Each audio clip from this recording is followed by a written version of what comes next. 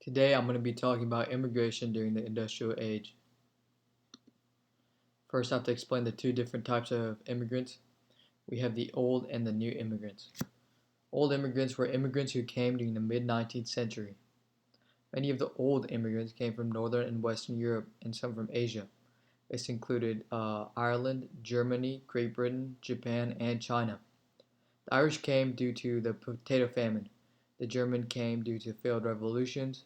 The British came for labor, and the Chinese came during the gold rush. The new immigrants were immigrants who came during the late 19th century.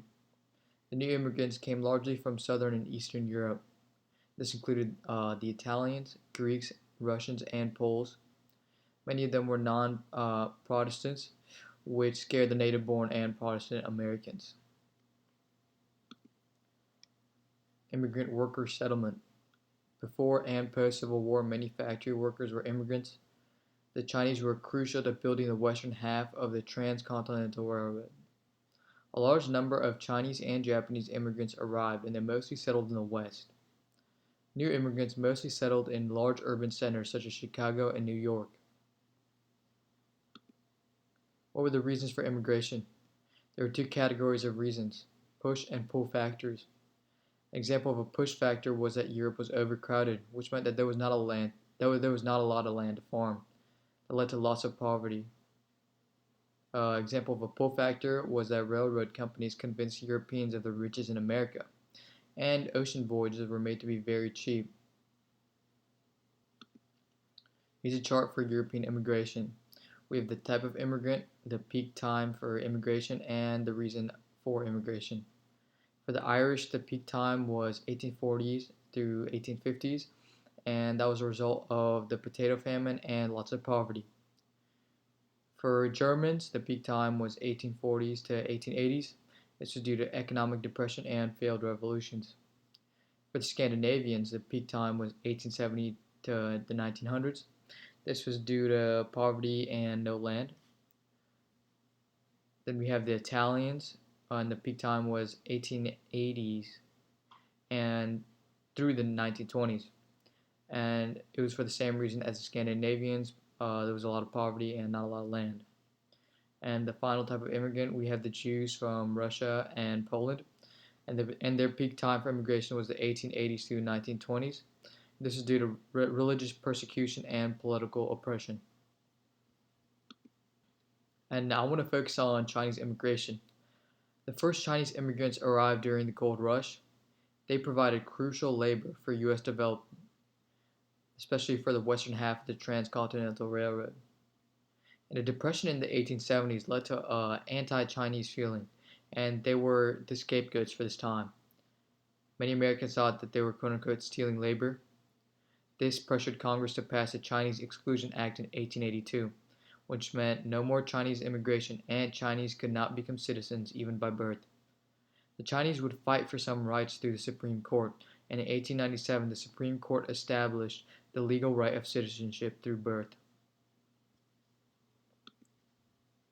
Now, how were the immigrants' life in the U.S.? Many Europeans worked factory jobs. Many immigrants settled into ghettos in the large urban centers, and the ghettos were filled with similar ethnic groups. Inside the ghettos, there were horrible conditions since they lived in tenements. It was extremely overcrowded. It was unsanitary, which led to a lot of disease. It was hard for immigrants to adjust to new culture, but they tried to preserve their culture while also trying to adopt American culture. Their children had a better time of adopting American culture. Most of the new immigrants were not Protestants, so they were singled out by the natives who were Protestants. Most immigrants supported the Democratic Party since they provided them services in exchange for votes. This led to Democrats constantly winning urban areas since there were so many immigrants. Immigrant Life Part 2, the Nativist Backlash. Nativism is the political policy of promoting the interests of native inhabitants against those of immigrants. Nativists believed that their religion was superior, that they were racially superior to immigrants, that immigrants were stealing jobs, and that immigrants were infringing on their culture. And remember, especially in the 1870s, it was a wave of anti-sentiment feelings toward Chinese immigrants. So it's known as the Yellow Peril, and there were riots in Western territories. And again, Congress passed the Chinese Exclusion Act in 1882, but they also had the Gentlemen's Agreement in 1907 and 1908, and this had to do with Japan. In San Francisco, they were segregating schools for Japanese, so there'd be Japanese schools and American schools. And the Gentlemen's Agreement was that the Japanese would not have to attend segregated schools in San Francisco if the Japanese promised to not send any more workers to the U.S. There were some more congressional actions towards immigration.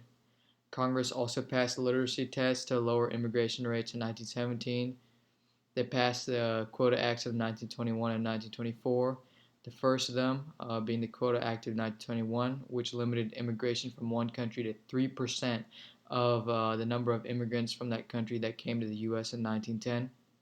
The Quota Act of 1924 limited yearly immigration to 2% from the number of immigrants that arrived to the U.S. in 1890, and this one also banned all Asian immigration. And these quotas were very successful in lowering immigration rates to the U.S. And finally, a summary of immigrant importance and their contributions.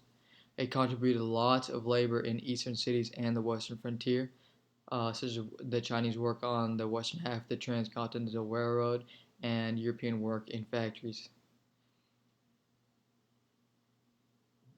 That's supposed to say prairie, sorry, not prayers, but they turned the prairies of the Midwest into prosperous farms.